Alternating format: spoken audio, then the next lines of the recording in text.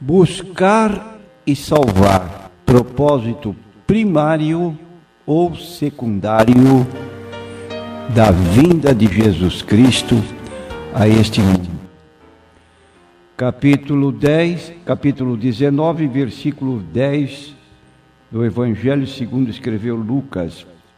Porque o Filho do Homem veio buscar e salvar o que se havia perdido.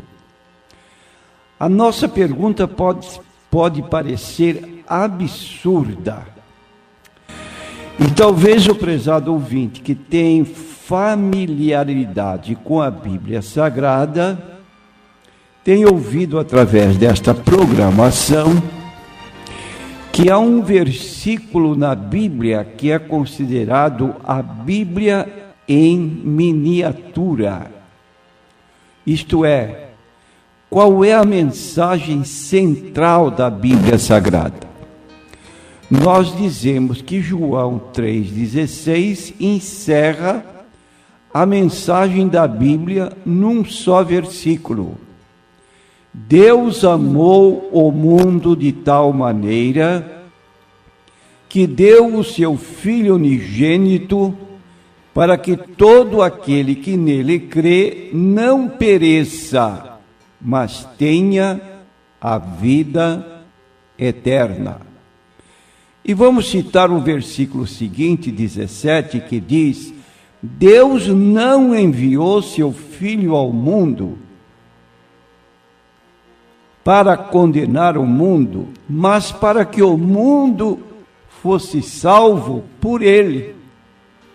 Então pensamos que uma declaração tão enfática e tão clara na Bíblia Sagrada não pudesse trazer controvérsia sobre o motivo principal da vinda de Jesus Cristo a este mundo. Mas como é comum, pessoas que leem a Bíblia já com uma ideia preconcebida, e dentro dessa ideia que formularam, que é herética, procuram descobrir na Bíblia um ponto de apoio para sustentar a sua heresia, o seu ensino fora da Bíblia Sagrada. Há um livro com um título muito interessante. O título do livro é Conhecimento que conduz à vida eterna. Então você veja, meu prezado ouvinte, que um livro que traz esse título, Conhecimento que conduz à vida eterna, supõe-se que ele realmente vai nos trazer informações preciosas de como obter esta salvação, ou a vida eterna. Entretanto, notamos uma declaração neste livro que nos choca em confronto com a Bíblia Sagrada. Escute só: a nossa salvação não é a justificativa principal para a vida e a morte de Jesus na terra. Eu pergunto, pode haver heresia mais grave do que esta? Dizer que a salvação das nossas almas não é a justificativa principal para a vida e morte de Jesus na terra? Então nós perguntaríamos, seria secundária? Seria uma situação, uma questão de somenos importância? Porque nós encontramos no primeiro livro da Bíblia, Gênesis 3, versículo 15, a promessa de Deus de mandar o Salvador que viria esmagar a cabeça da serpente, que é o diabo. Então dizemos, à luz da Bíblia Sagrada, que dois verbos na declaração de Jesus em Lucas 19:10, buscar e salvar, são os dois verbos, apontam para o objetivo de Jesus e sua estratégia de resgate do Salvador. Para salvar, é preciso primeiramente buscar, e para buscar tem que haver o interesse de salvar. Embora a clareza da Bíblia apontar a missão principal de Jesus de buscar e salvar, como apresentamos àqueles que perderam o rumo, como Jesus disse em João 3,19, quem anda nas trevas não sabe para onde vai, porque as trevas lhe cegaram a mente e mudam sua forma de ensinar de modo totalmente oposto ao que a Escritura afirma. Por exemplo, para o apóstolo Paulo, como ele considerava a vinda de Jesus a este mundo? Ele disse na carta a Timóteo, capítulo 1, versículos 15 e 16, o seguinte: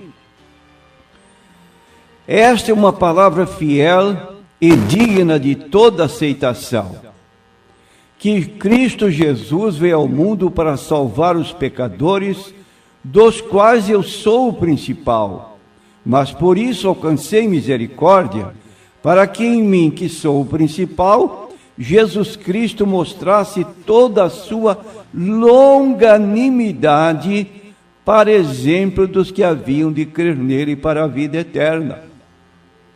Ora, Paulo está dizendo que esta palavra de salvação trazida por Jesus teve um benefício fundamental na sua vida, e por isso era uma palavra fiel e digna de toda aceitação. É uma palavra que pode ser pregada em qualquer lugar, para qualquer pessoa, por mais eminente que seja o título que ele ocupe aqui na terra. Jesus veio ao mundo para salvar os pecadores. E para salvar o homem, Jesus identificou-se no contexto da sua época. Por exemplo, quando inicia o seu ministério público, ele faz a alegria de uma festa de casamento, evitando o vexame de não se ter vinho, mantendo um clima em estado de alegria. E neste episódio de João, capítulo 2, nós vamos encontrar no versículo 5 o único mandamento de Jesus, aliás, de Maria, na Bíblia Sagrada. Vou repetir, em João capítulo 2, versículo 5, está registrado o único mandamento de Maria na Bíblia Sagrada. Você perguntará, se não é um leitor assíduo da Bíblia Sagrada, você perguntará, que mandamento este único de Maria? Sua mãe disse aos serventes, fazei tudo quanto ele vos disser. No seu ministério, Jesus demonstrou na purificação do templo a preservação do objetivo para o qual for enviado à casa do Pai. Curou diversos enfermos físicos que lhe eram trazidos. Se nós fôssemos enumerar todos eles, seriam mais ou menos na casa dos 40 milagres operados por Jesus. Acalmou a tempestade que afligia os seus discípulos, que temiam ir para o fundo do mar. Senhor, não se te dá que pereçamos? Jesus se levanta do sono que mantinha e ordena que as águas se acalmassem, que o vento se aquietasse, e fez-se grande bonança, trazendo admiração dos discípulos. Então, estas citações exemplificam o interesse de Jesus em nossa procura. Ele tentou dizer que estava em nossa busca, no nosso encalço para nos salvar. Vive na casa de Zaqueu não um simples e ocasional encontro para diálogo, mas afirma a chegada da salvação na casa daquele homem, pela sua presença ali, como nós lemos no versículo 9, disse-lhe Jesus: hoje veio a salvação a esta casa, pois também este é filho de Abraão. Hoje entrou a salvação nesta casa. E durante o seu ministério, como temos apontado, Jesus viveu a sua missão salvadora. E nós encontramos então no capítulo 4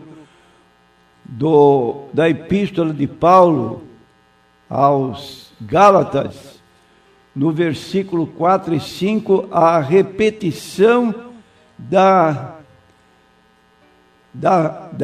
prioridade da vinda de Jesus Cristo a este mundo. Mas vindo a plenitude dos tempos, Deus enviou seu Filho, nascido de mulher, nascido sob a lei, para remir os que estavam debaixo da lei, a fim de recebermos a adoção de filhos. No versículo 6 declara: porque sois filhos, Deus enviou aos vossos corações o Espírito de seu Filho, que clama: Abba, Pai. De modo que o ponto basilar da missão de Jesus foi resgatar o homem. Jesus cumpriu integralmente sua missão salvadora, e nós conhecemos até de cor as palavras finais dele na cruz, quando ele bradou: tudo está consumado. Vejamos como João registrou sua oração, conhecida como oração sacerdotal, no capítulo 17 de João. Nesse texto está a proclamação da vitória, da missão vivida por Jesus, dita por ele mesmo. O versículo 4 de João 17, nós vamos encontrar Jesus fazendo uma declaração: eu te glorifiquei na terra, consumando a obra que me confiaste para fazer. Vou repetir as palavras de Jesus nesse texto de João 17, versículo 4: eu glorifiquei-te na terra, tendo consumado a obra que me deste a fazer. Aí está uma salvação plena, completa, à disposição de toda pessoa que quiser ir para o céu. Ninguém irá para o inferno pela vontade de Deus. O inferno não foi criado para nós, foi criado para o diabo e seus anjos. E a proclamação do Evangelho se faz com este propósito: apontar que você, meu prezado ouvinte, muito embora qualquer condição que você possa admitir irremediável, há sim oportunidade para você encontrar a redenção, o cancelamento dos seus pecados. Na oração sacerdotal, uma oração que só ele poderia fazer, cuidou de pedir ao Pai a guarda e proteção dos seus. No versículo 11 do capítulo 17 de João, ele continuou dizendo: eu já não estou mais no mundo, mas eles estão no mundo, e eu vou para ti. Pai Santo, guarda em teu nome aqueles que me deste, para que sejam um, assim como nós. Nós encontramos ainda no versículo 15, ele repetindo acerca de nós: não peço que os tires do mundo, mas que os livres do mal. E o ponto culminante da missão salvadora de Jesus, como temos apontado, foi a cruz. No capítulo 12 do livro de Hebreus, e no versículo 2, nós vamos encontrar, olhando para Jesus, autor e consumador da fé, o qual, pelo gozo que lhe estava proposto, suportou a cruz, desprezando a afronta, e assentou-se à destra do trono de Deus. Fantástico, maravilhoso. Por isso que o escritor declara que devemos nos desligar de todo o embaraço, de todo o pecado que tão de perto nos rodeia, e correr com paciência a carreira que nos está proposta, sempre com os nossos olhos voltados para o Senhor Jesus Cristo, o autor e o consumador da fé. Suportou a cruz, não fazendo caso da afronta, e assentou-se triunfante à destra do trono de Deus. Então, na cruz ficou registrada toda a redenção pretendida pelo Pai. Isaías, o profeta messiânico, declara que no episódio da crucificação, ele tomou sobre si as nossas enfermidades, as nossas dores, a nossa má reputação, o nosso desprezo e a nossa rejeição.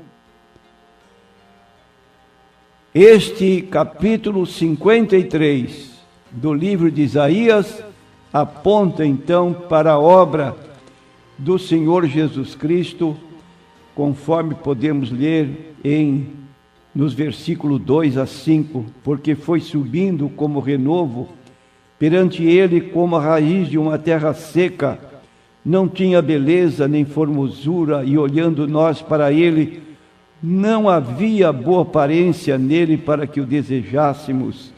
Era desprezado e o mais rejeitado entre os homens, homem de dores, e experimentado nos trabalhos, e como um de quem os homens escondiam o rosto.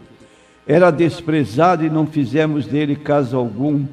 Verdadeiramente ele tomou sobre si as nossas enfermidades, e as nossas dores levou sobre si, e nós o reputávamos por aflito, ferido de Deus e oprimido, mas ele foi ferido por causa das nossas transgressões e moído por causa das nossas iniquidades. O castigo que nos traz a paz estava sobre ele, e pelas suas pisaduras nós fomos sarados. Prezados ouvintes, a salvação está disponível a todo ser humano. Quem nele crê não é condenado. Quem nele crê não é condenado. Que você possa aceitar esta dádiva de Deus, na pessoa do seu Filho, Jesus Cristo, que veio a este mundo com esse propósito principal, primário: buscar e salvar os perdidos, que somos nós.